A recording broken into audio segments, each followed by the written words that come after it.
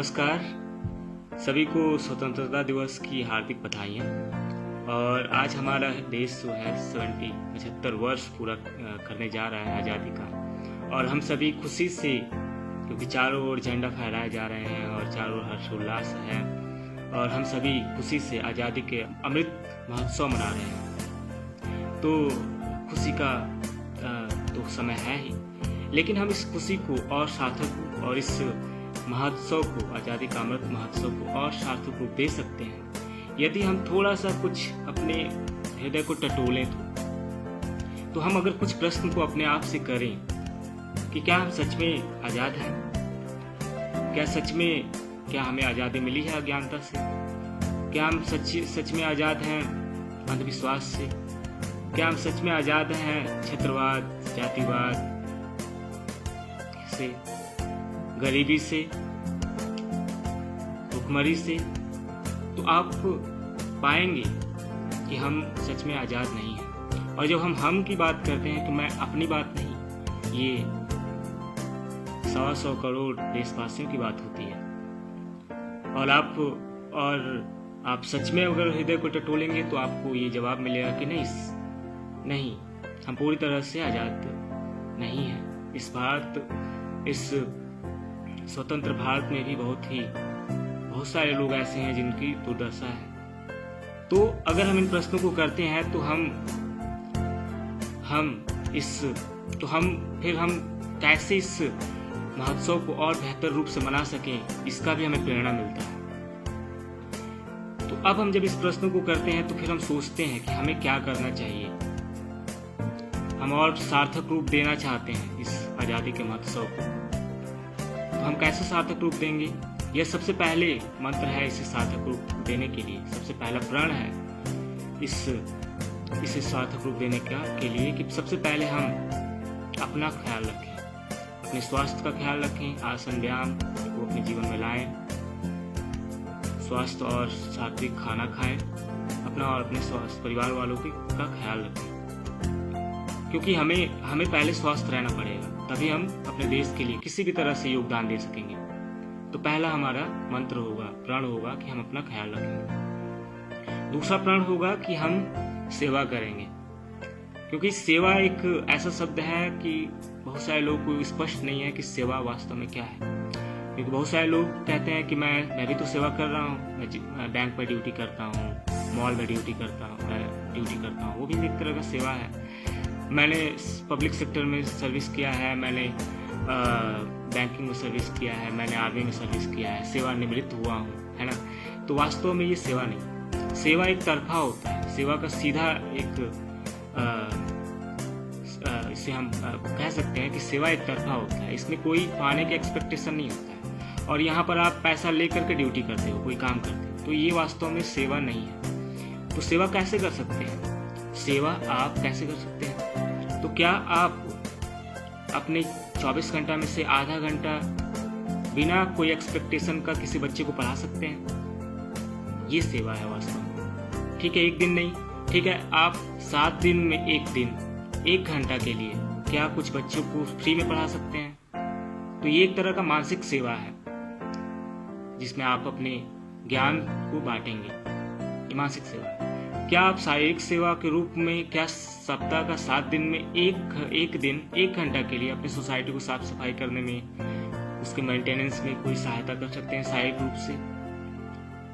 तो ये क्या होगा? ये शारीरिक आपकी सेवा होगी, जिसमें कोई आप बदले में एक्सपेक्टेशन नहीं रखेंगे कि लोग हमें कुछ देंगे, हमारी वाहवाही करेंगे, हमारा फोटो कहीं छपेगा। ऐसा कुछ नहीं होगा, ये एक तरफा होगा। ये हमें समझने की जरूरत है।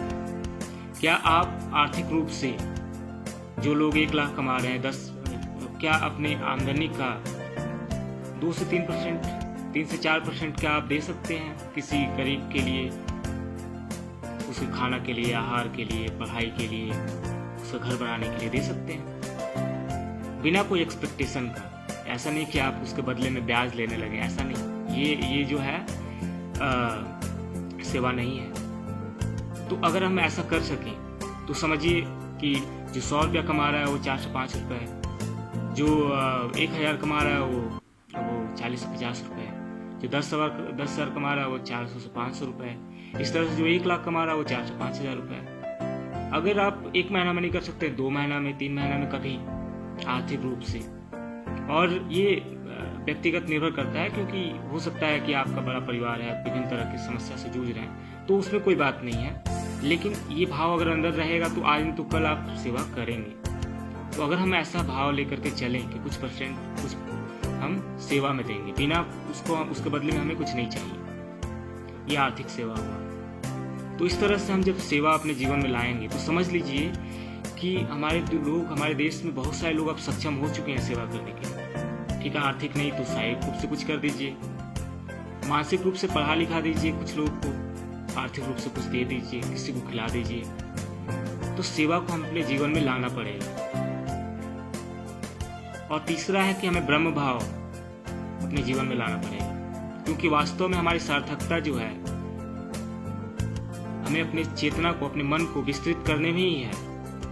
अगर बुद्धि की बात करें, तो अगर हम मैन और मशीन की बात करें, तो जो मशीन है उससे ज़्यादा हमारा मनुष्य जो है आज इंटेलिजेंट नहीं है। जो गूगल है उसके पास कितना बड़ा मेमोरी है, कितना सारा, एक साथ हमारे एंड्रॉयड फ़ोन जो है कई काम करते हैं, वो मनुष्य कभी नहीं कर सकते हैं। ऐसी ऐसी मशीनें बन चुकी हैं। तो मशीन और मैन में, मनुष्य में क्या अंतर है? केवल वही चेतना का ही अंतर है। मनुष्य, आप जो मशीन है वो आपसे बोल नहीं सकता है, आपकी संवेदना को समझ नहीं सकता है, लेकिन आप जो है, तो आप जो है, आपके अंदर संवेदना है, आपके अंदर चेतना है, आपके अंदर मन है, और यही मन जो है उसी को विस्तृत करना में ही आपकी सार्थकता है। क्योंकि आपकी बुद्धि जो है एक कंप्यूटर से ज़्यादा तेज भी नहीं हो सकता है, और उससे ज़्यादा जो है फास्ट काम भी नहीं कर सकता है, और उससे ज़्यादा मेमोरी रख भी नहीं सकता है। अब कुछ लोग कहेंगे कि मनुष्य ही तो बनाया है कंप्यूटर को,